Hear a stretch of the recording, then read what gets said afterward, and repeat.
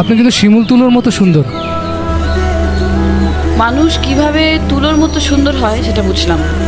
আপনি কি প্রেম করেন? এইবার কিন্তু আপনি লিমিট ক্রস করছেন। বেচারা নির্ঘাত গভর্নরের স্বাক্ষরের নিচে নিজের জীবন উৎসর্গ করেছে, মানে টাকার কাছে, আর যেটা আমার বর্তমান নাম। মানে আপনার প্রেমিক অফ, ওর কথা এখানে কেন আসছে? আছে তাহলে, কিন্তু ও তো আমার মতো এত সুদর্শন না। সুদর্শন আপনি?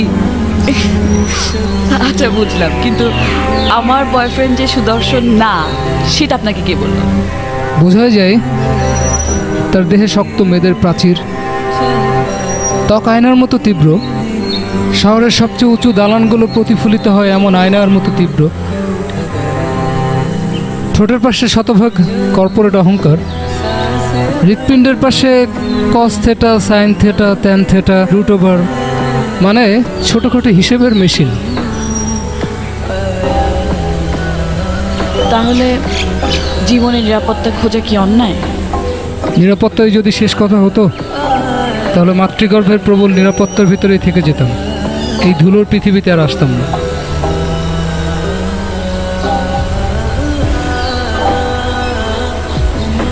তাহলে আমরা কেন এসেছি পৃথিবীতে? সেটা জানার জন্যই কিন্তু বারবার পৃথিবীতে ফিরে আসি। আপনি কে? আমি হলাম সেই কাঠামো যে একতাল মাংস, পোশাক, সভ্যতা ইত্যাদি ইত্যাদি বয়ে বেড়াচ্ছে। এসবের মানে কি? আচ্ছা ঠিক আছে, রাস্তার মাঝখানে এত কথা বলা অনেক ঝামেলা, আমি যাই। আপনি কি পাগল? আমি দুর্ভিক্ষের চেয়ে তীব্র। আমি বিট জেনারেশনের আহ্বানে জন্মেছিলাম।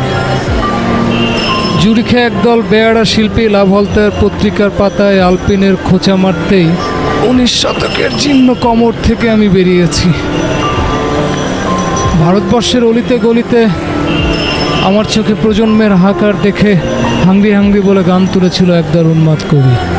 আমি সেবার হাংরিদের প্রতিনিধি হয়েও জন্মেছিলাম। কাফন জড়িয়ে ঘুরছেন কেন? আমি আসলে পাখিও জন্মাতে চেয়েছিলাম, ছোট্ট চড়ুই, শহরে ম্যাকপাই। বন্দুক আবিষ্কার হতে আর পাখি হয়ে জন্মাতে সাহস হলো না। মানুষ হয়ে জন্মে লাভ হয়েছে কোনো? এই জন্যই তো কাফন চাপিয়ে ঘোরা, বুক ফুটো হয়ে বাতাস বেরিয়ে যেতে পারে যখন তখন। গোলমেলে ট্রাফিক নিয়মে পিষে যেতে পারে গাড়ির চাকায়, যখন তখন মরো, যখন তখন বাঁচো।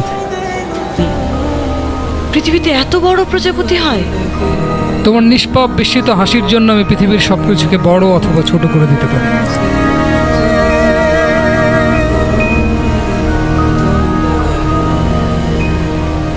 তুমি কি আমাকে ভালোবাসো? কবিরা কিছু পায় না, উপাসনালয়ের বাইরে জুতো রেখে গেলেও জুতো চুরি হয় না। বাসে চাপলে পকেট মারে, পকেটে ব্লেড চালায় না। নারীকে কামনা করে, স্পর্শ পায় না।